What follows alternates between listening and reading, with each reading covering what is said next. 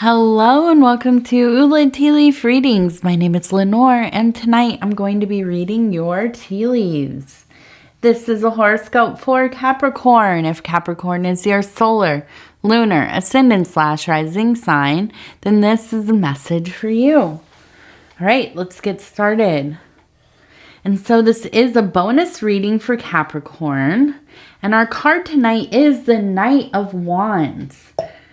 This is from the Del Toro deck, so it's not exactly the same as the Thoth deck, where the Knight is kind of the king, and here this would be the prince, I think. I believe. This is from what I've read, from what I'm told. So, anyhow,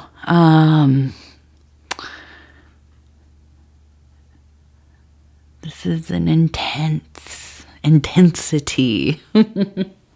A lot of passion, desire, emotionality.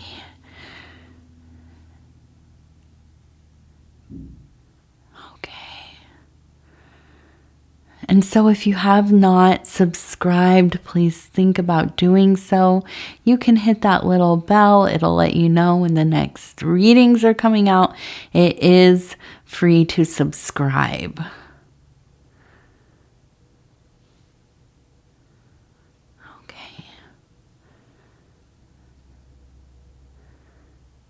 Okay. So we have a face here. And I just want to bring this one up. It looks like the face of an older man. And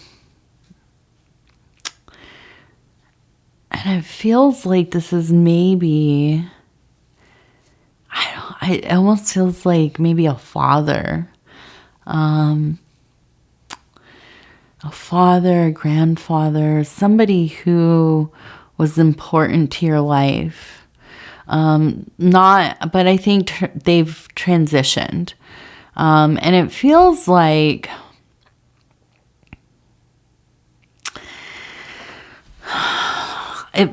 this is maybe somebody, and just let me say, I'm not, I'm not speaking ill of anybody. No judgments here. But it feels like somebody who, I was going to say loved being in love, but I don't think it was really that. It was almost like a habitual thing of seeking out, relationships, maybe married quite a few times, maybe having a lot of different, romantic kind of entanglements, dalliances, and so on. And this kind of was something that was, really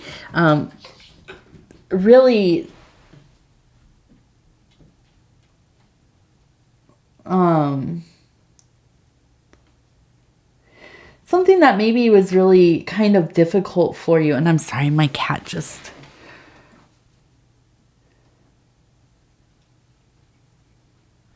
Okay, and I apologize. There's going to be probably a bit of a rough cut there. But the cat, they jump off of things. Obviously, they're cats, but Pudgy is getting up there in age, and it seems like he maybe did a little misstep. So I had to stop and go see what was going on. Poor guy. So anyways, he's fine. But okay, so we were talking about this face, and I feel like there was just a sense of almost, I don't know, was it kind of an anguish or, just wishing that maybe they could, maybe there was divorce or, the family felt broken up or, something like this going on. But I think, as you got older, probably there was more understanding, or at least the attempt to forgive and try to be understanding as, a human being a flawed person, and we all are in one way or another, or a lot of ways, And so anyways, I feel like this is coming up. something you've been thinking about, and it makes sense. We're going through this holiday season, and I think, we just think about this kind of stuff, like, just the happenings of our younger years, the way that we felt, the more perspective we gain, we look at situations and we think like, for me, I vacillate between, okay, they're really human. Everybody makes mistakes. They did their best. And then also like, how could this have happened? I have, really tried so hard to break these cycles, to do something different, to be a different kind of person, and somewhere it lies in between all of that, so I feel like this is kind of a feeling of continued forgiveness or continued understanding, trying to work through this emotional thing. It feels pretty big in there, right?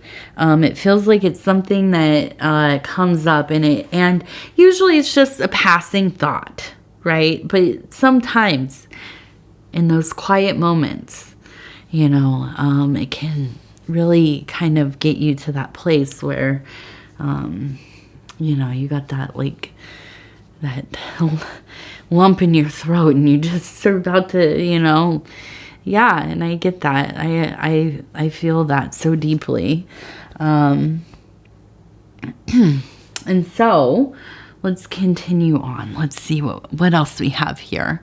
So we're talking about this, and I'm looking at we have a person here, okay, and it looks like maybe I almost get this like vibe of like some kind of Athena, like a very powerful feminine archetype in your life, okay? And then we have over here, it looks like a person kind of almost standing on a ball, but it also looks like a face. As I turned it, I'm like, oh, wow, that really looks like a face too. You can see the eyes and the nose and almost maybe a mustache or something like that. But when you look at it this way, it's the head, the body, and kind of maybe even balancing on a ball. So I kind of almost feel like this is the Fool in some ways, the court jester. And, I feel like there's this dynamic of kind of being this, there's a strong resolve, a lot of, putting the world on your shoulders, having to be the one that shows up for everybody, leading the charge, having to be kind of that resilient voice of reason, trying not to waver in a way that like makes people feel like, nobody is in charge here. There's nobody to rely on. I feel like there's been this sense of having to be that strong person. Okay. And here I look over here and it feels like there's really this sense of the Fool. And, up here, I keep looking at this. It looks like, it reminds me of kind of a medieval interpretation of like a trifecta or trinity with the leaves, okay? And so I see this kind of rotating wheel of trying to stay in balance, trying not to be distracted by these other impulses. And I feel like it's almost like, in spite of,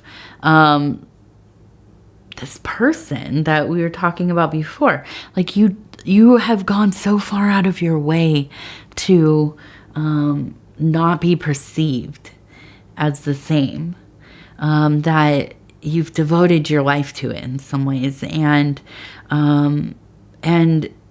while that maybe is a really worthy cause, I think that sometimes it in itself can be like kind of like a prison sentence for you. Like you're confined to doing the complete opposite all the time, right? And when you falter, which you will, you know, we all do. And especially if this is somebody like a family member, a parent especially, how often do we think, I will never do what they did?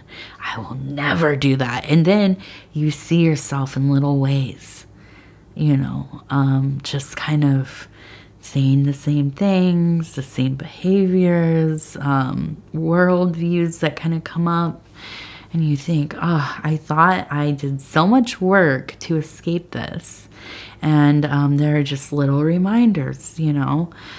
So I feel like this really is so much about finding this balance and maybe trying to figure out how to let go of living kind of in the shadow of this thing that, yeah, you really love this person. You don't necessarily like some of the things that they did, the things that they were about. And you've devoted so much of your time and energy to going the other way, that maybe, you know, you don't really even know what you want for yourself on a really deep level. You know, with this Trinity up here, I think that this is all about kind of coming into this space of relinquishing some of that weight, allowing yourself to experiment with your interests, what things do you maybe want to try, instead of making sure you're not doing that stuff. Just letting that go and trying some different things. You know, maybe you want to go learn how to paint. You know, maybe you want to take up some kind of hobby or sport, or you know, whatever it is. You like a certain kind of music, or you know, you want to spend some time starting a business, or whatever it could be. It doesn't matter. You know, I think, and how I relate to this for myself is not only trying to break the generational traumas and abuses and behaviors, but, you know, and there have been periods in my life where I did a lot of therapy because I'm a traumatized person, and you know, I come from people who are, you know, a lot of them are past transition, but amazing, you know, just beautiful people, troubled, you know, had a lot of things learned and otherwise that I couldn't bring with me. I had to end these cycles, and I've worked so hard and continue to work hard, but I realized at some point, you know, that I can't spend my whole life doing that. It's not, you know, it will come in waves, and I will spend, you know, when it comes up and I start to really, you know, feel like this is so potent. I have to do something about this. I need to go to more meetings. You know, I'm in AA. Go to more meetings, talk to somebody, work on my spiritual stuff. You know, whatever it is, go and, you know, be alone, do creative things, you know, but I can't live my life as this being my only, you know, one of my main identifiers. I just can't. I can't do it all the time, because in some way it's just perpetuating the same thing, because I feel like a victim of all of that, and I don't want to live in my victimhood anymore. You know, I've walked, you know, crawled on my hands and knees through glass, it feels like, to get away from all of that. And at some point, it's like you got to stand up and start walking, you know, and traveling for yourself.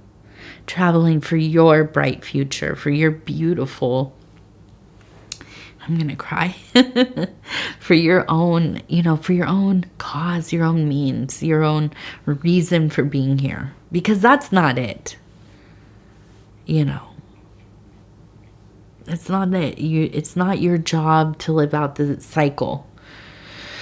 And it's not your job to, carry out the story anymore. Of course, I think it's important to do the work. I'm not saying it's not. But, at some points we get to this place where it's like we're looking at the sky. We're looking at our hands, looking in the mirror and looking at the age, the time, the stress, the angst, that's left its mark on us.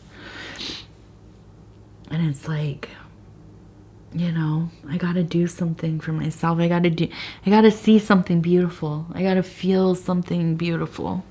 I got to lose myself in the moment of something divine, of something that speaks to me. That's something that, my heart can be set aflame, in my faith, in my grace, in the splendor, and just the ease, the quiet moments.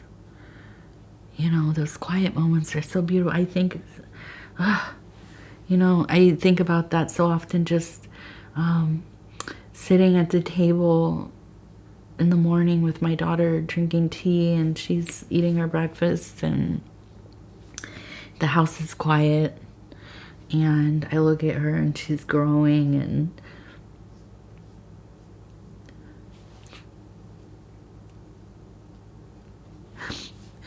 it's a blessing. It's a blessing, and it's that little stuff, And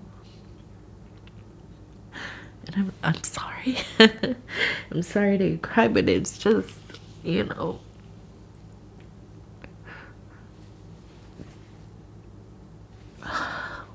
when these energies come up. And I know so many of us have, our stories aren't exactly the same, but we struggle with a lot of the same kinds of things. And, yeah,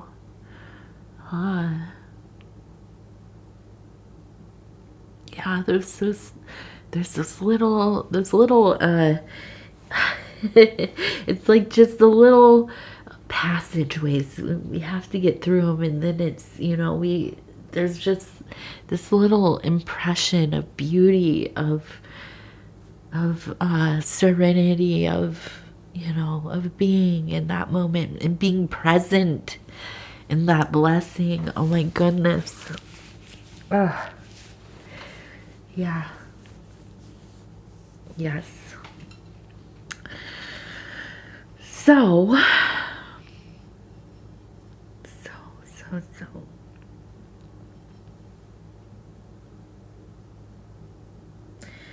we have a little boot. We have a little boot right there. And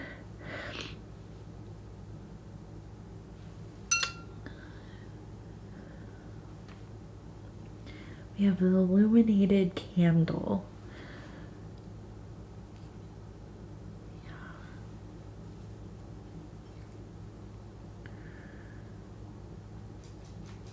I've seen this little bird here, and I'm thinking of just the sweetness of the songbird. Little, beautiful, sweet.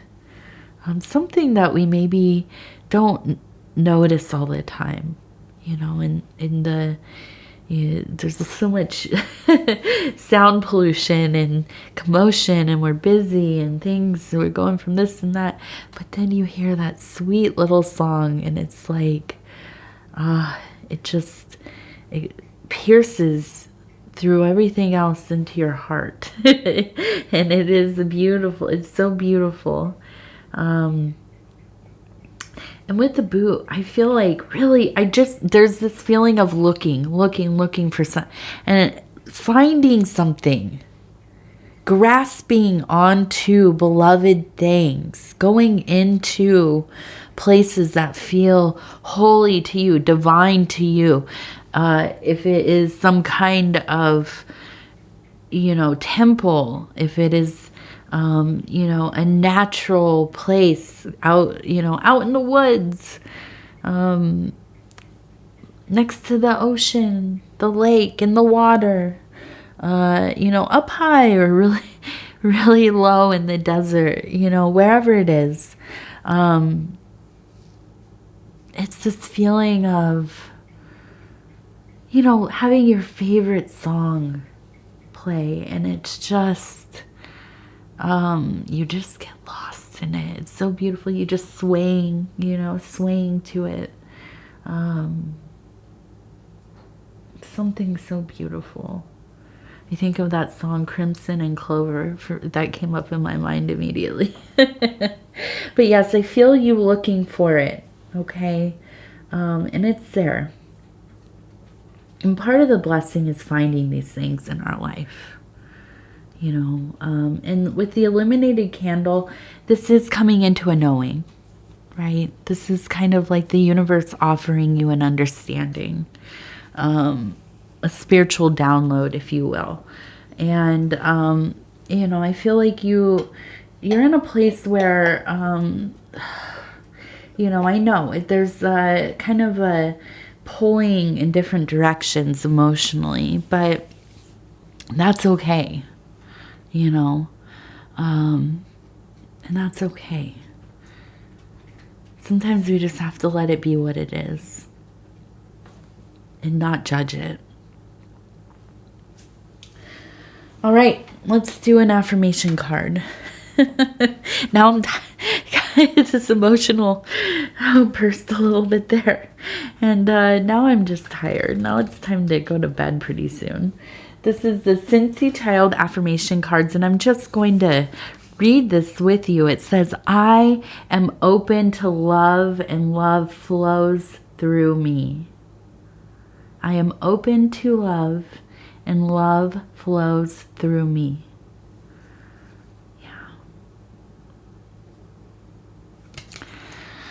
Okay, Capricorn, thank you for thank you for visiting me, for joining me for this bonus reading.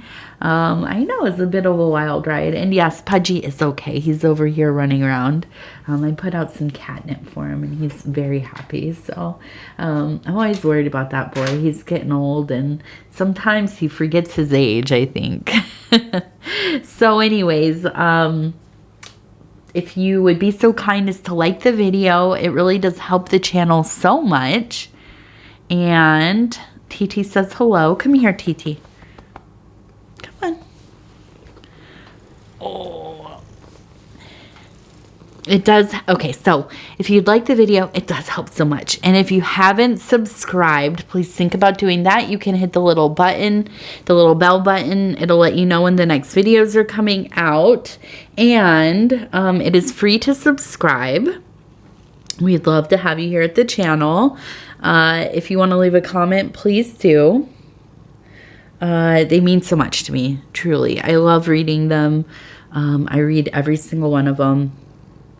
And, I don't know, I never thought this channel would do that much. The community is really growing here. I feel like I've connected with, my soul family through this channel. And I continue to meet more people who are just so amazing, so lovely, so caring. And, you all are so generous with your time and your sharing, and just being who you are, and yeah, it's a huge blessing for me. So I thank you. And I love you, and we will talk in a few days. And yeah, happy Saturnalia. It's coming up here in the next, I think, 3 or 4 days now. I forget what the date is. But my favorite holiday. birthday of the year. So I am excited to be celebrating. And yeah. So anyways, we'll talk again real soon. Bye-bye.